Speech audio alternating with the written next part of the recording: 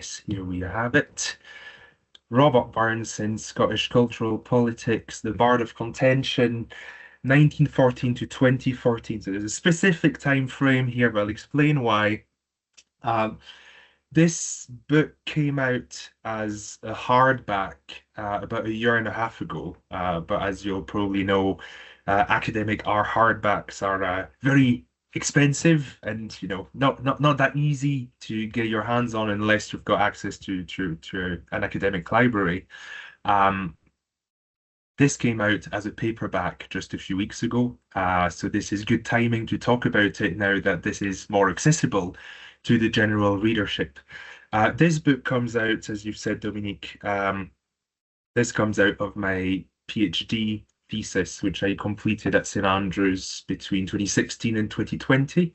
Before that, I was in France and actually working more on, during my master's years, working more on French topics and French history and politics, but I already had that interest in literature, culture, and politics, and the crossroads, the confluence between both.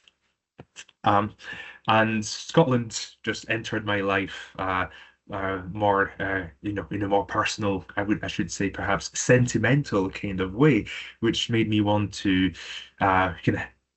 change path and change country and basically, commit to Scotland and Scottish studies. And I thought, well, how can I still continue that interest of mine at the crossroads of politics and literature and history in a Scottish context? And I was vaguely aware of Burns because of his interest in the French Revolution. So that's something that had interested me, being French.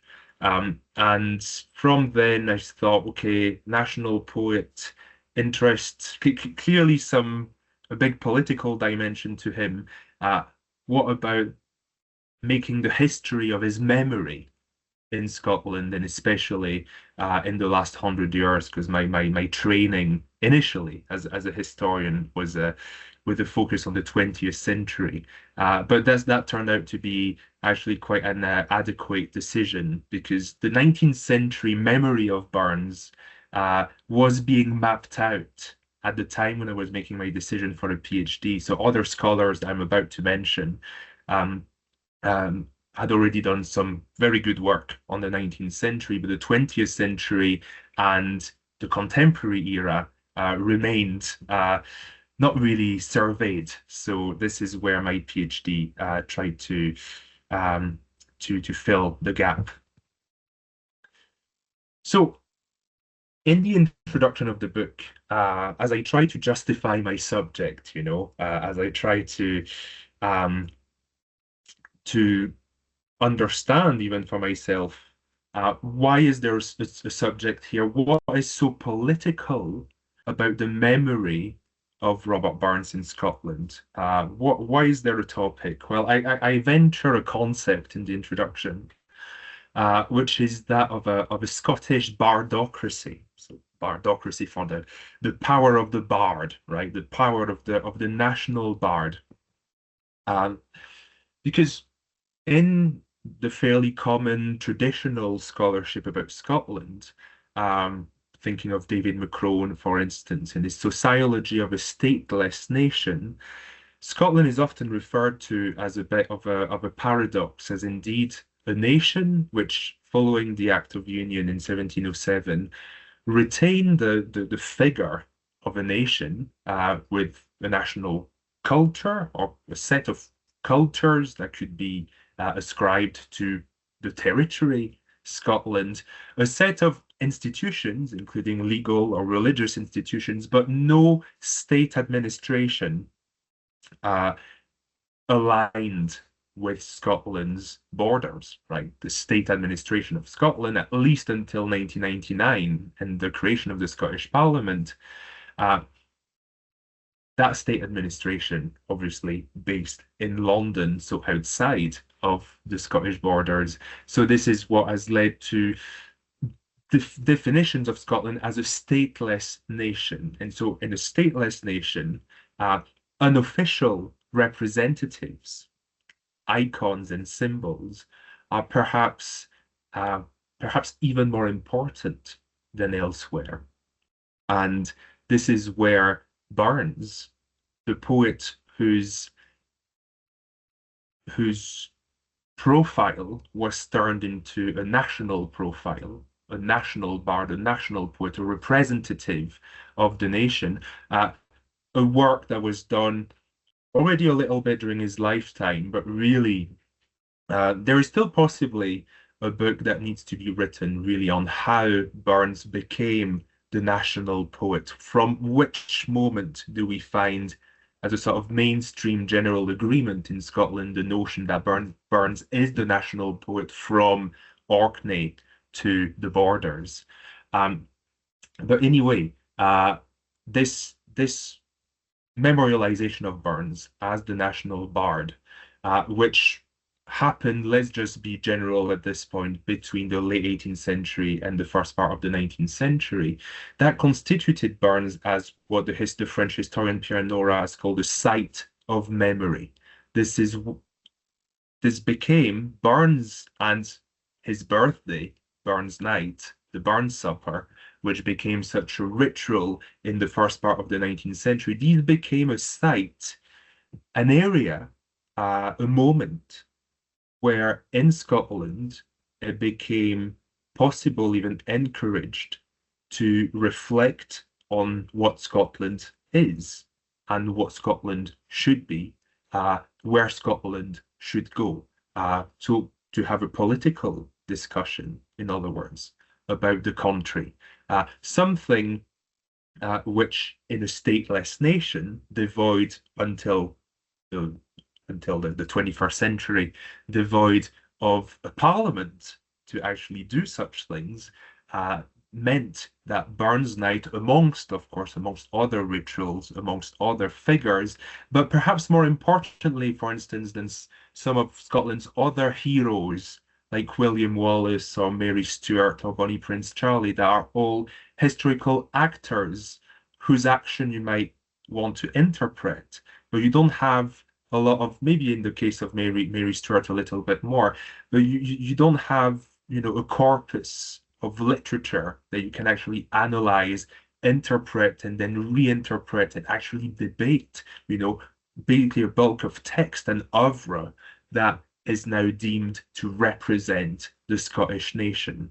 So this is why Burns, this is how I justify the subject in a way that is not just interesting, but in fact important to look at Burns's legacy in Scotland and his political legacy, because his legacy, as soon as a nation we decide that this is the national poet, then we give him a political and national importance, and in a stateless nation, a particularly big importance, because his birthday, his works, they are the place where we can reflect politically on Scotland's place.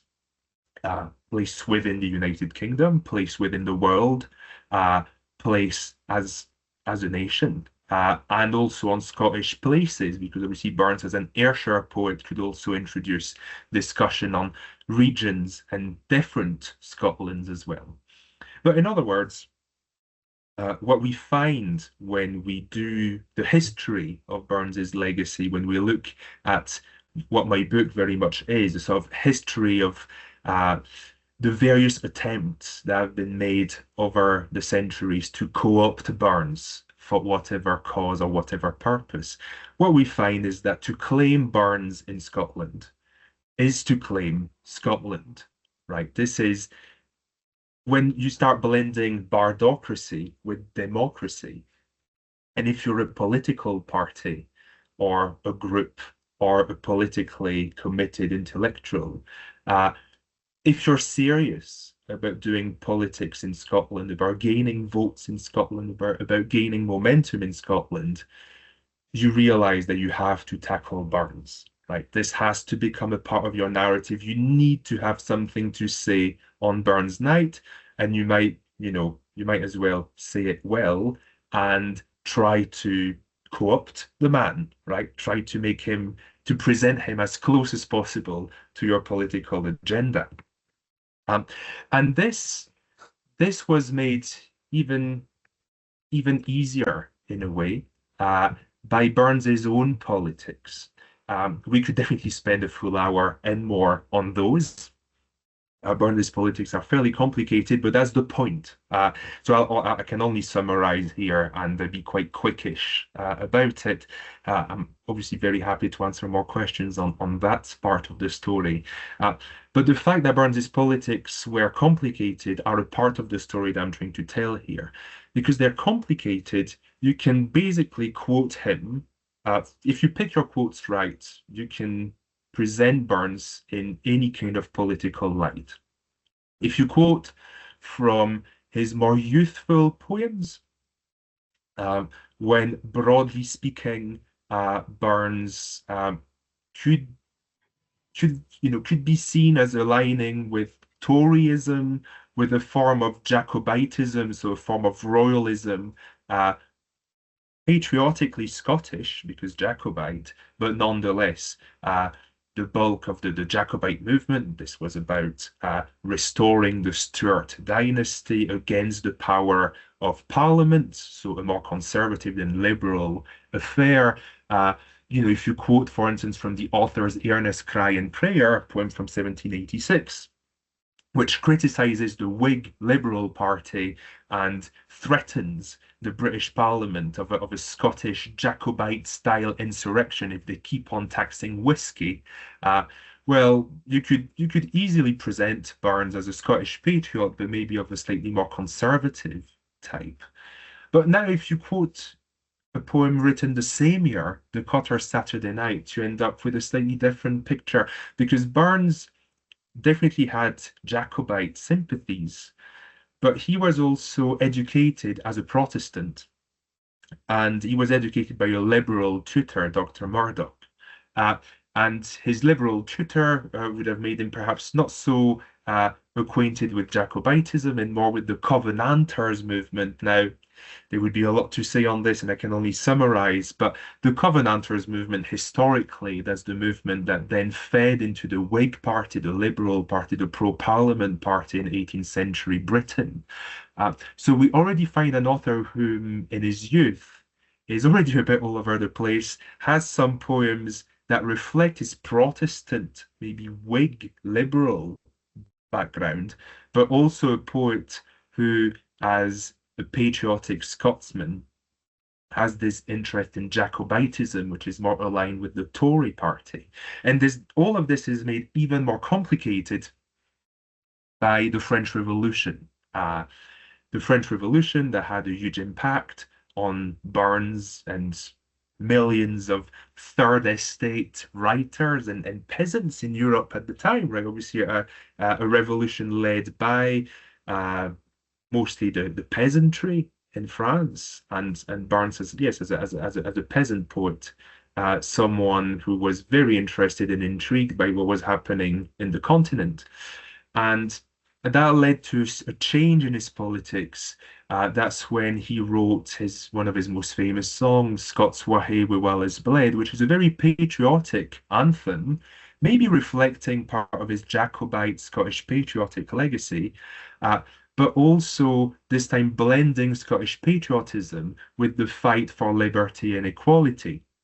These are the last lines of Scots wha hae. Liberty is in every blow, let us do or die, or let us do or die, which is almost a direct quote from the French Republican motto at the time, which is liberty or death.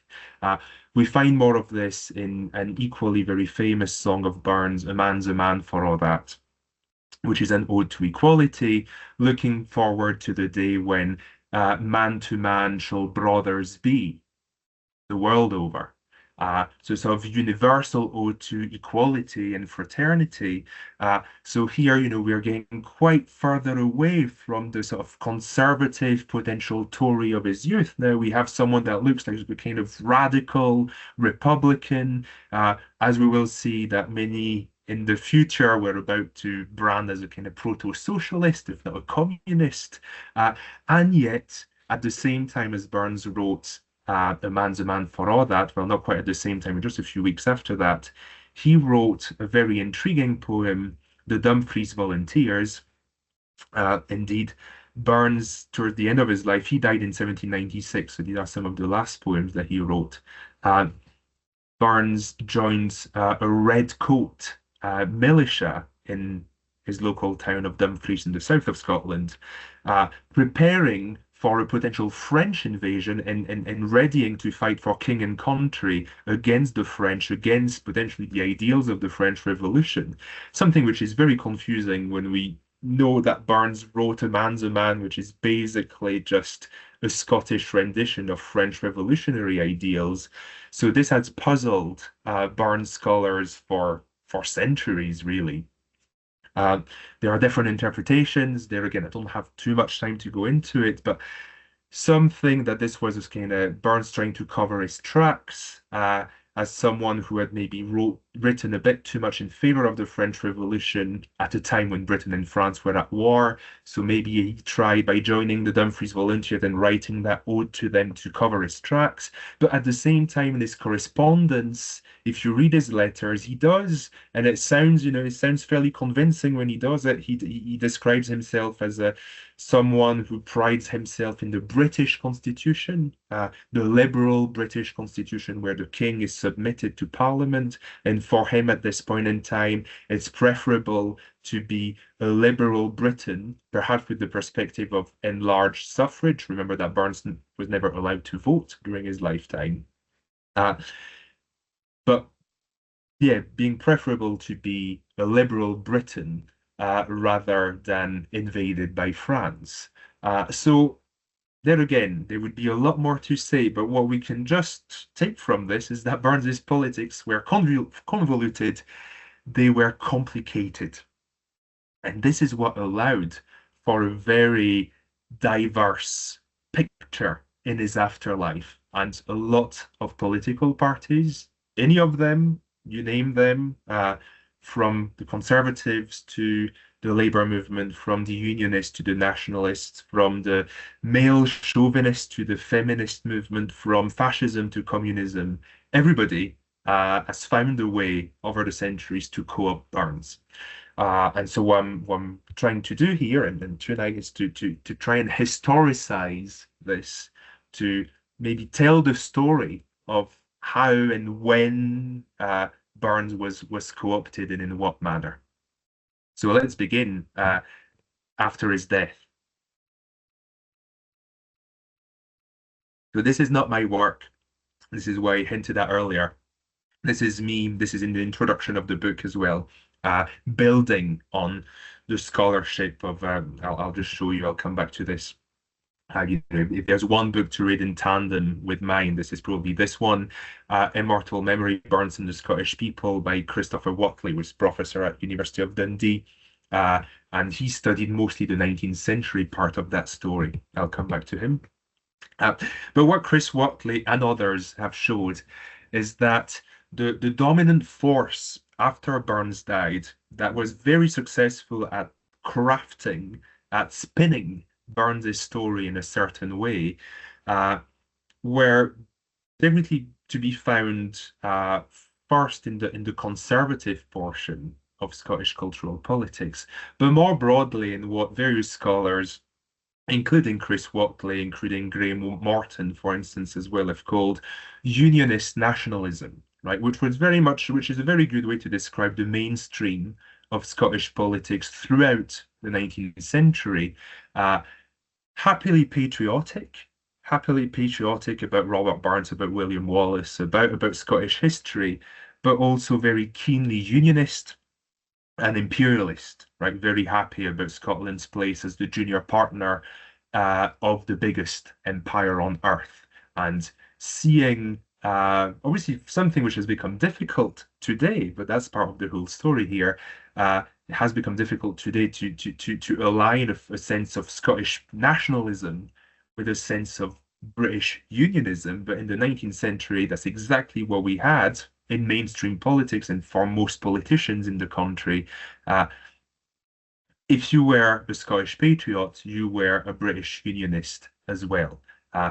Scotland's pride was the pride of Britain and of empire.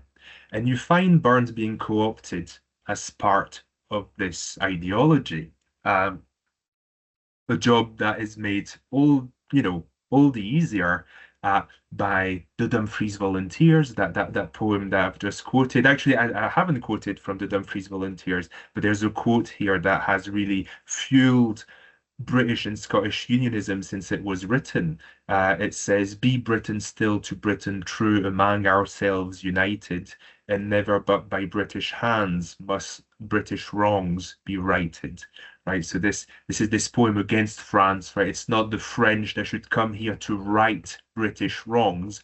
We do this amongst ourselves. So of course, it's a poem that at the end still says but while we sing God Save the King, we'll never forget the people. So it's a poem that can still be read in a democratic way, but nonetheless that proclaims a form of royalism and unionism. So right up the Tories' treat, basically, but also the Tories that could build on yes, Burns's sentimental Jacobitism, his kind of royalism, but also because now we're in the 19th century, the big writer of the day is Sir Walter Scott, a big Tory himself, a big unionist, and someone, Walter Scott, who romanticized Scotland's past, Scotland's feudal past in particular, Scotland's agricultural past, in a time when the Industrial Revolution is shaping the working class across the lowlands of Scotland. And Burns is kind of co-opted by the Tories in this way in the first few decades of the 19th century. Burns as a symbol of agricultural farming life. So we can romanticize Burns and his love stories and his bonny wee songs from the times of yore that remind us of a time before the working class, before the industry, a form of escapism, in other words, for the middle class and especially upper class at that point. That then you can blend together with what seems to be aspects of Burns's unionism. What you shove under the carpet is obviously all the pro-French Revolution stuff and what sounds more like radicalism. So that's clearly obscured from the more conservative or unionist nationalist memory making in the 19th century. Just to give you an example amongst many others that's on the slide here. The first big Burns monument that was erected in Scotland was erected in Alloway, which is Burns's birthplace, so near Ayr in Ayrshire. And that monument was funded by Alexander Boswell, Lord Auchinleck, who was a good friend of Walter Scott and a prominent Tory politician in the west of Scotland. So, really pioneering in building monuments in really yes we're not even 20 years after the death of Burns and very much co-opting Burns in that way with sumptuous monuments but with a sort of agricultural nostalgic Tory unionist narrative. Now this is not to say that Burns was only co-opted by the Tories in the few years that followed his death. In 1820, there was a working class radical rising in the west of Scotland.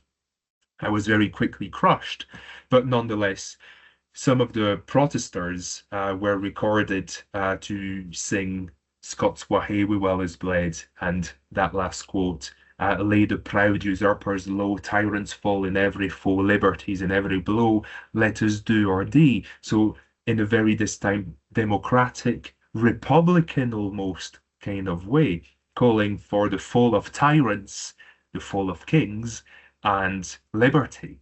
Uh, so this is to show that from early days, Burns's democratic stance, egalitarian poems, they were not completely obscured or marginalized. It's just that they were part of the early working class movement in Scotland, but that movement itself, as a whole, remained marginalized in Scottish politics. Remember, we're in a time before the universal suffrage, so there is a sort of subculture, counterculture, radical counterculture that will also feature in Chartism, the Chartist movement in the 1830s and 40s, or the early trade union movement. But this is still very much on the fringes of Scottish cultural politics with little access to the mainstream press, to uh, to big commemorations, big kind of funding, capacity to create to fund statues or to fund fancy barn suppers, etc. That kind of power throughout the 19th century lies in the hands of the middle to upper class. So this is what Christopher Whatley has to say about this, as a sort of summary of what I've just said. For reasons of self-preservation, then, during the first 4 or 5 decades of the 19th century, so Burns's elite sponsors crafted him as a social conservative. By shaping Burns in this way, Scotland's political establishment was able to demonstrate its unionist credentials. So it was a way for, and again, the Scottish middle class to upper class to, yes, show their unionist credentials, show that they were on board with the project of Britain, with the imperial project, but also by reflecting their Scottishness, Scotland's place as part of this imperial unionist effort. Whatley insists on the first 4 to 5 decades of the 19th century, and that's true for, let's say, the very Tory, dyed-in-the-wool, nostalgic, reactionary use of Burns. But it remained mostly, center-right, middle-class Victorian throughout the 19th century. A good example of this is the creation of the Burns Federation in 1885. What was the Burns Federation? It still exists. This is the umbrella organization association of Burns clubs, right? So Burns clubs were created throughout the 19th century, especially following the very successful celebration of Burns's centenary in 1859. So in the second half of the 19th century, this is where we see a lot of Burns clubs being created throughout Scotland, in England, throughout the Empire as well, and in the United States. And those Burns clubs tend to be, not always, but tend to be a fairly middle class sort of business. Maybe not so much upper class now, but really representing this rising bourgeoisie or Scottish middle class, professional class, on the rise in the wake of, the development of Scottish capitalism in the Industrial Revolution. And those Burns clubs, you have some exception in Dundee, for instance, or in Paisley, in those very working class hubs of Scotland, you find more radical Burns clubs. But there again, they're on the fringes, they're on the margins at that point. The bulk, the core of the cohort of Burns clubs and of the Burns Federation, and that was created in 1885 to bring them all together under the umbrella of the Burns Federation, whose headquarters were in London, right, which really shows that again that unionist dimension of the organization. Their philosophy, the mainstream politics of that organization was there again fairly conservative, small c conservative to moderately liberal, but not pro-democracy, certainly not pro-equality or socialism, right? A very good example of this is when the London Burns Club was created.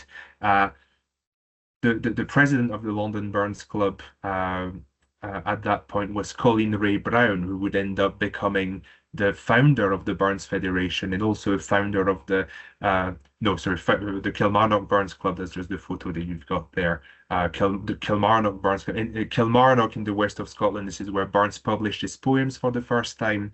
And this was another very important club. This is where you've got the photo here, but it also gives you, I think, a good profile of the kind of members and presidents of those clubs. Colin Ray Brown, so the founder of the Burns Federation, attended the creation of the London Burns Club in 1880. And as that club was created, Charles Mackay wrote his own version of A Man's a Man for All That. A Man's a Man for All That, remember that song, very revolutionary pro-equality song that Burns wrote in the 1790s at the time of the French Revolution. And here Charles Mackay, put a very different spin on that poem. The lout would shirk his daily work, yet claim his wage in all that, or beg when he might earn his bread, is not a man for all that. So here we can see in this sort of bourgeois middle class circles that a man's a man spin, this problematic poem perhaps for this kind of these social groups, right? A poem that seems to be very, yeah, egalitarian, and maybe might inspire Burns clubs to open up their membership to perhaps members of the working class or of the poors. Here, clearly, there is a different spin put on the poem in a very exclusive, antisocial kind of way, right? Real men are professional men. We're not really speaking about women at that point. I think you've understood that we're talking about a fairly patriarchal affair as well. Uh, Women Burns clubs only really began to appear in the 20th century. So this kind of middle class to upper class, small c conservative, very moderately liberal use or memorialization of Robert Burns in the 19th century came to a sort of height at the start of the 20th century during the First World War. This is when we really see Burns being co-opted for the war effort, for king and country, in a very establishment, militarist, yes, Great British way. A poster was actually issued by Lord Kitchener's, Ministry of War and Propaganda, riffing on an early poem by Burns. You can see it here. Oh, why the deuce should I repine and be an ill foreboder? I'm 23 and 5 feet 9. I'll go and be a soldier, right? So, a youthful kind of aspiring kind of martial poem by Burns that here was used in 1915. So what Burns said in 1782 holds good in 1915. Take his step, join the British Army. If you read the speeches from that time, they're often, linked to very violent war propaganda speech, well, against Germany, against the Huns, the barbarian hordes of the Germans, and Burns instead as a symbol of a sort of Scottish or British civilization, sense of liberalism, to be met as a challenge to the Kaiser and his what in the sort of British propaganda of the time, opposing British liberalism against the authoritarianism of the Second Reich. Obviously, a lot more complicated than this, but this is war propaganda, and Burns was co-opted as part of this. So this is where I sort of begin the real questioning of my book and the PhD. Taking all of this into account, this mostly unionist, king and country, middle class to upper class dominant use of Burns in the 19th century. So, from this, how come we end up in the contemporary world, in contemporary Scotland, more with this kind of picture, right? A situation in the 2010s, so at the time when I started the PhD, just a few years after the independence referendum, where we see Burns being used increasingly not in a unionist way, but in a pro-independence way, and not so much in a conservative Tory or even Lib Dem kind of way, but more often in a social democratic, if not socialist, kind of approach. So that's the main question at the heart of my book, at the heart of my work, is how did the mainstream view of Burns, of the national poet, come to change so much in 100 years? And of course, to answer this, we need to do a bit of a political history of Scotland in the last 100 years, a political cultural history. I identify in the book about 4 main factors. It's not to say that they're the only ones. It's not to say that there are no other avenues to go down, but this is kind of what, as I researched this is what really came to the fore. First, the rise of the labour movement. Secondly, the Scottish Renaissance movement in literature and in culture. The end of the British Empire in the 1950s to 60s. And lastly, Thatcherism and devolution. There's no way in the time that we've got that I can really go into all of these things in detail. But I'll try and, give you a sense of those various things through a few case studies and a few key characters. So I'd like to begin um, by focusing on the rise of the labor movement, on quite a very symbolical character figure here. Not very well known, but very entertaining as well. John Smith Clark, who was actually English, though he spent most of his life in Scotland. A very, very big fan of Burns, uh, a socialist, a pacifist during World War One, also a poet and a lion tamer, so a very colorful figure. Um, he joined the strikes in Glasgow during the First World War, so really going against this very militarist British patriotic narrative that was prevalent in the country at the time. Um, he was a consensus objector and had to go to jail for a little bit because of his pacifism. After the war, he went to Russia. He met Lenin, and because he was a trained vet, he even cured Lenin's dog. So that's for the anecdote. I can't help but finding that one pretty funny. Uh, so yeah, a very colorful character, but also a very important character for our story here. Because from the First World War, he started to issue a series of pamphlets where he would go completely against the unionist kind of middle class take on Burns, and this time very much arguing for a revolutionary uh, profile for Robert Burns, clearly emphasizing his French Revolution poems, Scots Wha Hae, A Man's a Man, emphasizing Burns as a peasant writer, as someone from the working class or the agricultural class. So as the poets for the man on the street and inspiring in the months following the Russian Revolution and the Communist Revolution in Russia, uh, as Burns as a sort of herald of these new developments that opened the 20th century. So in these pamphlets, Clark rails against the Burns Federation that he calls bourgeois and Philistines. And really, he's not the only one doing this, right? Once again, this is more of a case study, just focusing on one example. But you have, of course, a lot of other socialist, communist politicians at that point that are trying to change the dominant view on Robert Burns. Although at this point in the early 20s, they are still fairly marginal still. Their views are powerful in some of the working class hubs of Scotland, in the factories of the Clydeside, in Dundee, for instance, in Paisley.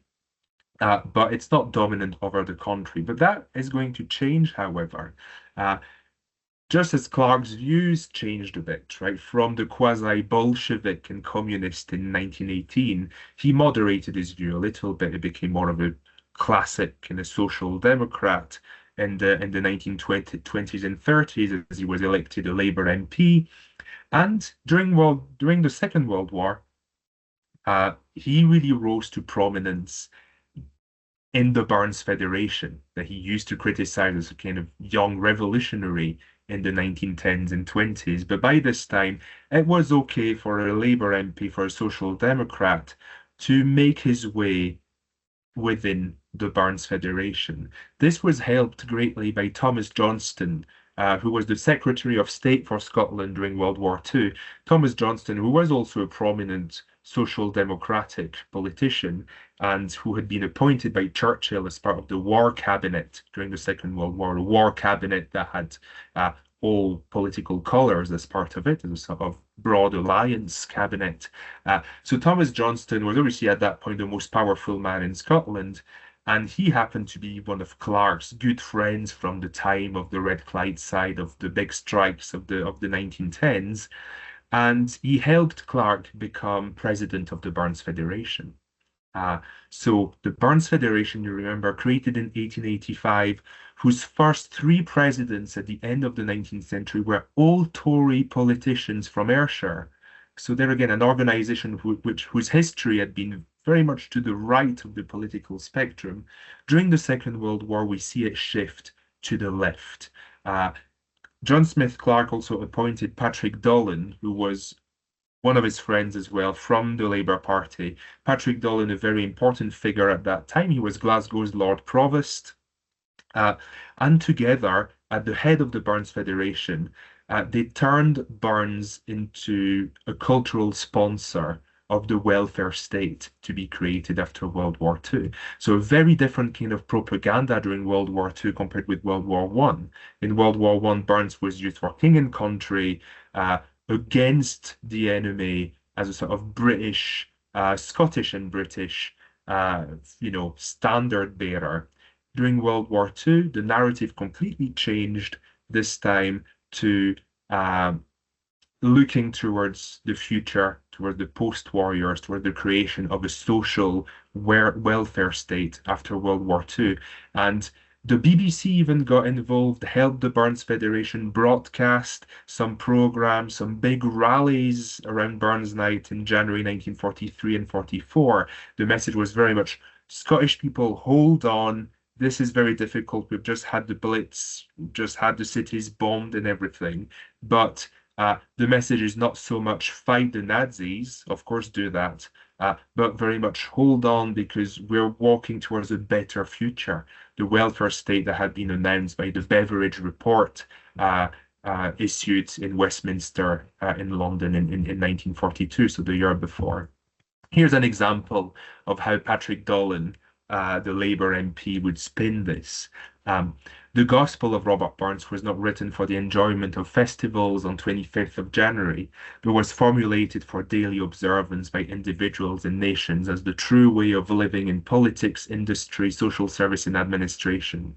Robert Burns was a greater advocate of peace and social security than Roosevelt, Churchill, Beveridge, or any of the modern champions will ever be. It is only in the application of the social and humanitarian principles to the furtherance of which Robert Burns devoted his life that the world can be protected against war and saved from disease, poverty, and unemployment and other manifestations of men's failure in the past to appreciate that man's inhumanity to man has been the most potent cause of strife, disorder, and insecurity at home and abroad. Man's inhumanity to man make countless thousand mourn. This becomes one of the mantra, one of the slogans of the Scottish Labour Party at that point, taken from Burns's early poem, Man Was Made to Mourn, that describes an old man enthroned to unemployment and obviously no pension or nothing to secure his lifestyle in 18th century Scotland, a poem that was also used by Labour MPs in Westminster around the same time during World War II to vote provisions for old age pensions. I also wanted to show you an extract from this movie. Unfortunately, it's not working for some reason. But just after the war, as the welfare state was underway, a film was commissioned by the Labour government. At that point, Clement Attlee had become the Prime Minister.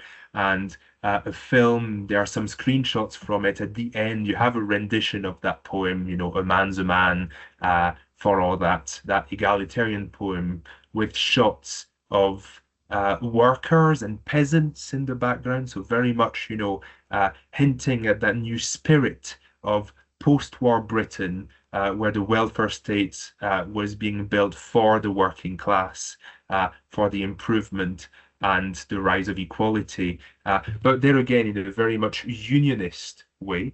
Of course, this was the welfare state for all Britain, but Burns representing Scotland's voice as part of a Labour-led egalitarian UK.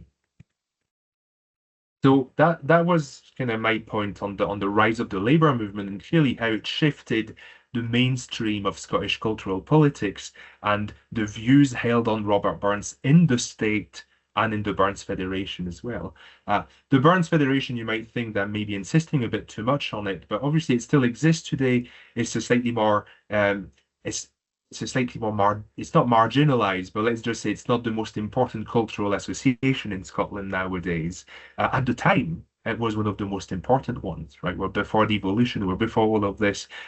So the power of Burns clubs is not to be neglected when shaping Scottish culture at that time. So to have Labour politicians at the head of it just as you had Tory or Liberal politicians at the head of it in the past, is a very important sort of centre of power from which to diffuse certain notions about Bards and about Scotland in general.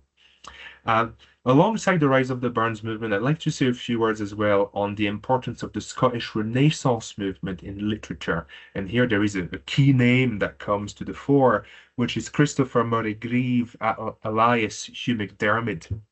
I don't know how familiar you might be with his work. He's often regarded as the most important 20th century Scottish poet. It's worth debating, but definitely one of the big names out there, and a very, very interesting man to study in relation to Robert Burns.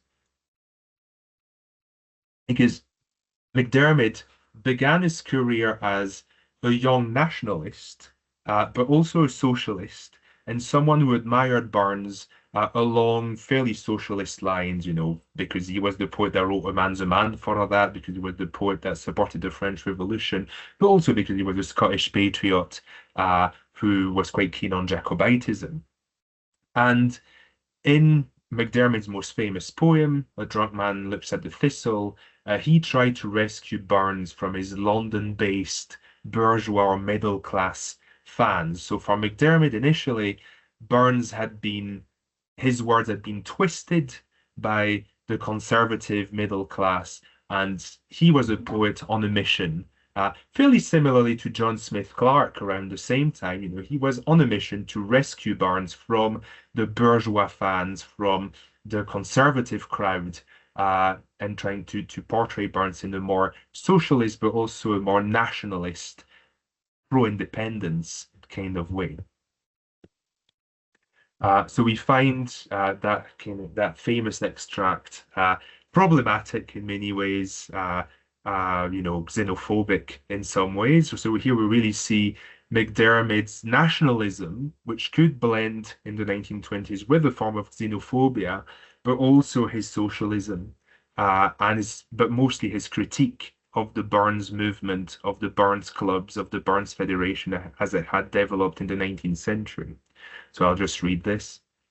Ye canna gang to a Burns supper, even where some wisens crunt o' an Orkney. Chiney turns round to say him haggis very good, and 10 to 1 the piper is a Cockney. Crews London Scotties with their braw sharp fronts, and their fancy friends rejoicing that similar gatherings in Timbuktu, Baghdad, and hell nae doubt are voicing Burns's sentiments of universal love in pidgin English or in wild foul Scots, and toasting ane was naught to them but an excuse for faitherin genius with their thoughts. And so harsh words, there would be a lot to comment here, but yes, criticizing those cruise London Scotties with their braw shirt fronts, so clearly the sort of middle class London Scots, people that from MacDiarmid possibly had betrayed Scotland by moving to London, and rejoicing about the fact that Burns being toasted all over the British Empire, but at the end of the day betraying his legacy, his radical political legacy. So this is what MacDiarmid tried to do in his most famous poem, A Drunk Man Looks at the Thistle. Yet MacDiarmid became increasingly frustrated as time went on with not just the Burns movement, but with Burns himself. Because MacDiarmid's views on Scottish nationalism shifted in the 1920s. When he at the start, initially, when he really loved Burns, he was pro-devolution, pro-home rule. So still happy to have Scotland as part of the UK, just hoping for a Scottish Parliament. But then as time went on, MacDiarmid, inspired by fascism to a degree, we're still in the grey area before the Second World War, before even Hitler. He was quite interested in Mussolini and what he saw as a blend of socialism and nationalism. And that led him to disdain Burns, right? To refuse Burns's legacy, not just the Burns clubs, but Burns as a whole, seeing him as too democratic, not authoritarian enough, but also seeing Burns as too compromised, right? Burns is the poet that wrote Scots Waheb, but he's also the poet that wrote the Dumfries Volunteers, and that unionists can also co-opt. And so as MacDiarmid became increasingly pro-independence for a sort of heavily nationalist and socialist revival in Scotland, he started to oppose Burns's legacy as a whole. I should say that MacDiarmid was not alone in this, and that he was followed in his rejection of the Burns clubs and of Burns himself to a degree. He was followed by other important Scottish Renaissance writers from the interwarriors, including Lewis Grassic Gibbon, Neil Gunn, William Power, Catherine Carswell, Edwin Muir. I'm not saying that all of these writers had interest in fascism, right? That was more of a MacDiarmid thing. MacDiarmid himself, who would recant fascism very quickly following Hitler's rise to power. So, that's not what I'm saying here. However, they were all quite keen, also as modernist authors, as avant-gardists, to just leave Burns behind and create a different kind of poetry. So, yes, just as an example as how MacDiarmid and the Labour movement both worked together up to a point to criticize the sort of unionist conservative Burns created in the 19th century. So both sort of making headway in the 20th century with a different narrative, but also here I'd like to highlight how different their positions got. MacDiarmid, who ended up in 1928 to say Burns ought to be forgotten for at least 100 years to give it a chance of realizing the aims for which he wrote. Right, so we need the memory of Burns has been too compromised by the 20th century. Even his memory is a bit dodgy. So we need to forget him for 100 years. Of course, MacDiarmid was hoping that he could become the new national poet in the meantime. Well, here we have James Ramsay MacDonald, Labour Prime Minister during the 20s and 30s, who replied to MacDiarmid in January 1928, saying that Burns was too tenderly human and too sturdily manly to ever become remote from the living generations of Scotsmen. So what's the picture then in the mid-20th century? To recap on all of this, we've seen Labour's egalitarian view of Burns enter the mainstream during the Second World War, really portraying Burns as this British prophet of the welfare state. So preserving the unionism of the 19th century, but giving it much more of a class socialist spin rather than a patriotic British king and country kind of spin. We've seen the Tories' imperial social conservative view of Burns decline, right? I could still quote Tory politicians at the time defending their old 19th century style view of Burns, but they're losing ground at that point, especially following the Second World War. And we've also seen the nationalists, we've seen what MacDiarmid thought about Burns, quite complicated thoughts, but in the end of his maturation as a poet in the 1920s, decided to just score Burns out for at least 100 years. And because MacDiarmid was one of the co-founders of the SNP, his view really infused in the SNP, and Burns, the SNP would still observe Burns Night, would still have a few things to say, of course, about the poet who wrote Scots Waheb with Well Is Bled, for instance. But the SNP tended to follow MacDiarmid in the mid-20th century in portraying Burns as too compromised to be a fit icon for independence, too compromised by his political convolution in the 18th century. So in the mid-20th century, the main picture that we've got is that Labour seems to be in control of the narrative, and Labour very much aligning Burns's memory with that of the welfare state. But this is when I need to introduce, and we're coming up to the conclusion soon. This is where I need to introduce Margaret Thatcher, right? Because she played a key role in changing that mid-20th century dynamic. She actually tried to co-opt Burns herself, realizing that the Tories were losing ground in Scotland during the 1980s, following the miners' strike, following her neoliberal policies that alienated a lot of voters in mostly working class Scotland. So she tried to still tap into Scottish culture into the 1980s. She read Burns at the Conservative Party conference at Perth City Hall, and she read A Man's a Man in an English translation.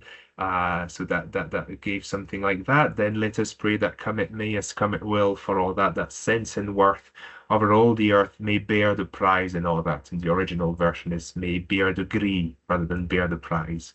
Uh, and she added, I didn't expect to find so much pure Toryism in Burns, but there it is. So quite an interesting move from her as she tried to, quoting A Man's a Man for All That, which was one of the anthems of the Labour Party in Scotland as a poem in favour of equality. But here she's probably highlighting those words, sense and worth, maybe highlighting a sort of a common sense, individualism, in worth perhaps to be understood as individual worth, uh, rather than the idea that that you have in Burns's song that every human, every individual has the same worth. There is this that sense of equality, but here she's clearly spinning it slightly differently by claiming this poem as a Tory poem. Let's just say that obviously it's interesting to see that Margaret Thatcher tried to co-opt Burns, but she was not very successful clearly in bringing Scottish voters to support the Tory party. She was very successful, of course, in England. This is when English politics and Scottish politics, perhaps definitely a lot more than in previous years, started to diverge, with Scotland through the 80s and 90s voting Labour and England voting Conservative. And this era, the 80s and the 90s, has been beautifully analysed in this recent book by Scott Hames, The Literary Politics of Scottish Devolution, which I really recommend reading. It can be a challenging read at times. There's a lot of theory in there, but it's a very, very powerful book. And it looks at what has commonly been called the Second Scottish Renaissance, the revival of Scottish culture, and blended with a sense, a very left-wing sense of a Scottish working class identity, as opposed to the sort of neoliberal, individualistic, middle class identity politics going on in England at that point under Thatcher. And yes, what we see basically is that with Thatcherism, there is an end is put to this unionist discourse that had been so powerful in the mid-20th century, heralded by the Labour Party, that Britain now is a social state, that it's the Britain for the working class, it's an egalitarian Britain that we're trying to build, and that Burns is the Scottish icon as part of this national construction. With Thatcherism, clearly there is a rupture. Now there is a break in that narrative. And the Labour Party in Scotland understands that if they want to keep getting votes in Scotland, they need to start playing a more nationalist card and promise the creation of a Scottish Parliament, of Scottish Home Rule, if the Labour Party gets in power, right? To protect Scotland's voice, Scotland's working class identity and working class voice. Of course, it's a simplification. There is not just the working class in Scotland. That tends to be a very lowland, central belt view, but that's what really came to the fore in the kind of myth-making of the 80s and 90s, of anti-Thatcherite myth-making of that time, whereby Scotland was portrayed increasingly in popular culture, in literature, in the films, think of Trainspotting, for instance, as a working class nation oppressed by the Tory politics of England. And it's not so much the SNP at the time as Labour that really led this narrative, and which was accompanied by a new wave of literature and poetry and pop culture in Scotland. And here it's quite interesting to see that after Hugh MacDiarmid, who in the 1920s, kind of the father of Scottish literature in the 20th century, Hugh MacDiarmid, who had almost banned, and most writers followed him, until the 1980s, almost banned Burns as a reference. You can't be proper modernist, avant-gardist writer in Scotland. If you fall for the nostalgia, the sentimentalism of a Robert Burns, who on top of this is a bit compromised on the issue of independence. So McDermott had been influential on the SNP, had been influential on other Scottish writers in the 20th century. But what we see in this era of Thatcherism, we see Burns coming back, especially in Scottish poetry, in all of these books, for instance. So in the poetry, we're talking about the top of the crop of contemporary Scottish poetry here. Douglas Dunn, Edwin Morgan, W.N. Herbert, Liz Lochhead, Robert Crawford. In all of these books, Burns is mentioned. Sometimes Burns is even imitated in a kind of jokey postmodern way, but nonetheless, W.N. Herbert, for instance, or Douglas Dunn wrote poems in the standard Habbie, that typical Burns stanza in poetry that you find in the Address to Haggis, for instance. So Burns also made a comeback at that point in literature as the perfect representative of this working class people's Scotland, seen as in contrast to Thatcherite English identity. And so this all comes to a climax in July 1999, a few years after Tony Blair was voted Prime Minister, and with devolution and the creation of the Scottish Parliament, when Sheena Wellington, famous Scottish folk singer, sang A Man's a Man in front of the Queen as a symbol of Scottish identity, of the Scottish egalitarian identity, which now had recovered its voice, had recovered a parliament, a place where Scottish interests could be defended, and Burns could be used as a symbol of the political consensus in Scotland, where indeed the Conservative Party was very much in the minority, while Labour came first, followed by Lib Dems, SNP, Greens, and Socialists. And Donald Dewar, the first Minister of Scotland, spoke following Sheena Wellington and very much encapsulated the spirit of the day and the importance of Robert Burns in shaping Scottish politics. We've just heard beautifully sung one of Burns's most enduring works, and at the heart of that song is a very Scottish conviction that honesty and simple dignity are priceless virtues, not imparted by rank or birth or privilege, but part of the soul. Burns believed that sense of worth would ultimately prevail. He believed that was the core of politics, and that without it, our profession is inevitably impoverished. I look forward to the days ahead when this chamber will sound with debate, argument, and passion, when men and women from all over Scotland will meet to work together for a future built from the first principles of social justice.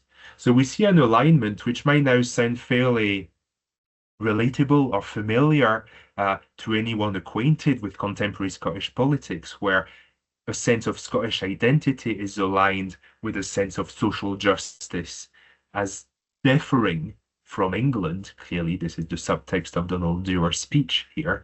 But we realize, I hope, through this story that this is a fairly recent development, in fact, and that this is a fairly recent construction of Scottish political identity and of Burns alongside it. Now, the end of the book discusses devolution times and how Burns, who had become such a consensus figure in 1999 and in the years following devolution, became once again a very explosive site of memory and division during the independence referendum in 2014, and where this time the SNP took the lead and recycled Labour's rhetoric of the 1990s, but going one step further, making the case for independence and using Burns a great deal during the Yes campaign in 2014 to advocate for a more socially just and socially fair Scottish identity as opposed to David Cameron's Tory England. Which was not was the SNP very much just recycling that Labour anti-Thatcher rhetoric of the 1990s, but by that point Labour had rallied behind devolution as the status quo and behind Home Rule as the furthest they were ready to go, constitutionally speaking. But now the SNP taking the lead, and the SNP, there again, almost for the first time in its story, uh, really taking Burns as the party's hero. While for most of the 20th century, because the SNP was influenced by McDermott, they saw Burns as too compromised on the issue of independence. But here, and Alex Salmond had a personal role to play because Alex Salmond was a big Burnsian, very keen on Burns, even taking a photo like the one that you can see. So, yes, using Burns, there's another reason I think why the SNP used Burns so much in 2014 is because rather than using William Wallace or any warlike, violent figure of Scotland's past at a time when the mainstream media in Scotland was so anti independence and trying to portray the SNP as a sort of violent ethnic nationalist force, using William Wallace or Bonnie Prince Charlie, any potentially Anglophobic figure, including McDermott as well, was perhaps not the best move to take. And so Barnes definitely appeared, it seemed, as a safer figure. But the SNP and the Yes campaign were not the only ones to use Barnes. The Unionist side quoted repeatedly the Dumfries Volunteers poem, Be Britain Still to Britain True, although if we speak in just quantitative terms, it seemed that the Yes campaign and the pro-independence side was a lot keener to use Burns generally, while the Unionist side, because they were campaigning so much on the economic aspect of what independence might look like, engaged just less with culture than the Yes campaign tended to do to win the hearts of Scots. So yes, I suppose that's the way I sort of end the book. Uh, is it as straightforward as to say that Burns's myth developed from a unionist conservative approach in the 19th century to a social democratic and nationalist approach in the 21st century? Of course, it's a bit more complex than this. Uh, I've had to sort of push that narrative here to give you a sense of what the book brings, but it's obviously more complicated. Uh, at the height of the Labour's portrayal of Burns in the 1940s, you would find Tory politicians, with an audience saying the opposite. Today, the SNP is the leading party in Scotland, but of course, there is still a vivid unionist use of Burns. Actually, in 2018, Theresa May hosted the first Burns Supper ever in 10 Downing Street. Um, that's the claim that she made, and I actually double checked. I couldn't prove her wrong. It seems that she was the first to actually host a Burns Supper at the Prime Minister's home, and that she definitely invented a tradition here because all prime ministers, including Keir Starmer just a few days ago, have been hosting a Burns Supper, definitely with a unionist overtone to it in the last few years. Um, Maybe the question that I'm pondering still is, quite in obviously it's understandable, but nonetheless still a bit intriguing that the SNP has shifted its views so much as a party on Burns. Burns was turned into the paragon, into the symbol, the icon of devolution in 1999. Can he be made to fit the narrative of independence so readily just by recycling Labour's devolutionary rhetoric? Independence and devolution are two very different things. One include changing boats, right? Changing state, changing citizenship. Devolution is perhaps a more fitted match to Burns's fairly ambiguous, all over the place kind of politics, having your cake and eat it, right? Having a Scottish Parliament, but still being part of the UK, singing Scots-Wahé, but writing the Dumfries Volunteers a few years later. I don't know, that's a question mark for me. I've got absolutely no answers. But it's does this reflect perhaps a form of establishment of the SNP itself, a party for independence, but nonetheless a party benefiting from devolution at the moment in terms of its power? I don't know. There are lots of paradoxes, and I would leave a kind of scholarly approach here. If I was trying to answer this question, that would sound more like an opinion piece, and this would be irrelevant in this context. But this is just one of the questions that I raise in conclusion. So yes, that's me